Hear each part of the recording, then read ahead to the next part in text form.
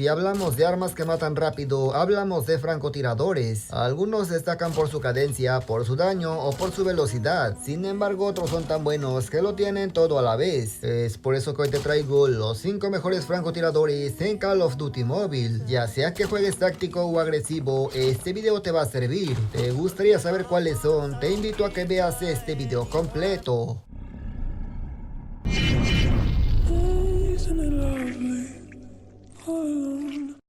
Muy buenas gente, ¿cómo están? Bienvenidos a mi canal. Hace 10 meses nos subí una lista con los mejores francotiradores y creo que es hora de actualizar con los mejores actualmente. Antes me gustaría agradecer a Mario Alberto y a Charlie por hacerse miembros del canal. También a los demás miembros por apoyar mis videos. En verdad se los agradezco demasiado. Si eres nuevo por aquí te invito a que te suscribas y que actives las notificaciones. Ahora sí pasemos a continuar.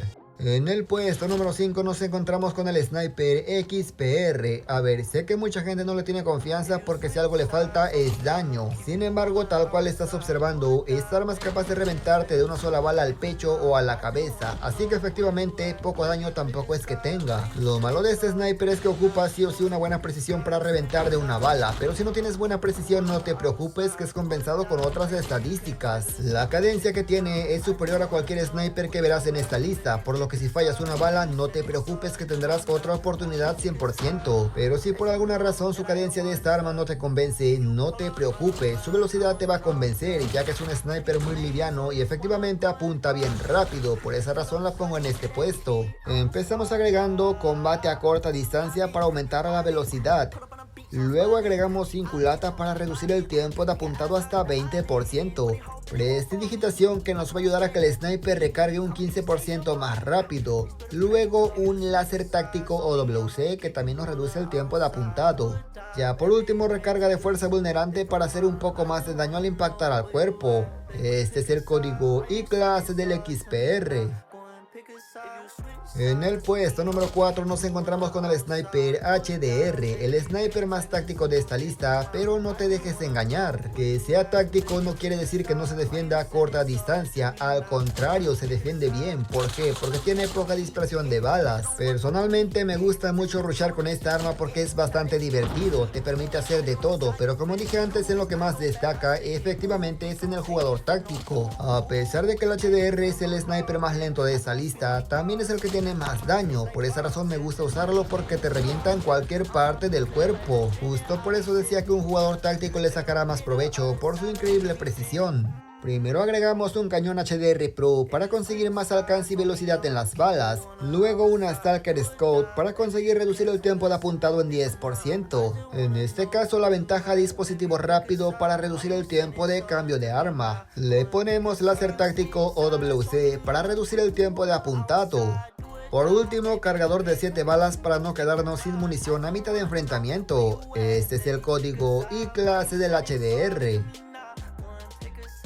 En el puesto número 3 tenemos al Sniper Koshka. Así como lo ves, este sniper es repotente porque te permite rushar de una manera muy insana. Claramente, como estás viendo, no solamente para rushar. Actualmente es el sniper que enfoca más rápido a tu enemigo y te toma la bala como apuntando si abre solamente el 70% de la mira. Para que te des una idea, snipers como Locus se ocupa abrir hasta el 90% de la mira para que te tome la bala como apuntando. Si disparas al 70% te lo tomará de cadera. Si a eso le agregas que el Koshka apunta re veloz, obviamente tienes un sniper súper agresivo. Sin embargo, no todo es color de rosa. Activision no sé qué le hizo a esta arma porque está pegando demasiado hit. Además, la velocidad de balas últimamente se ve muy lenta en comparación de las otras. Empezamos agregando cañón ligero corto para aumentar la velocidad de movimiento en el arma. Luego le agregamos culata de movilidad para reducir en 10% el tiempo de apuntado. Pasamos con láser táctico o WC, que también nos reduce más el tiempo de apuntado. Por supuesto, cargador ampliado a 8 balas para no quedarnos sin munición tan pronto. Por último, adhesivo de empuñadura de punteado para reducir más el tiempo de apuntado. Este es el código y clase del Koshka.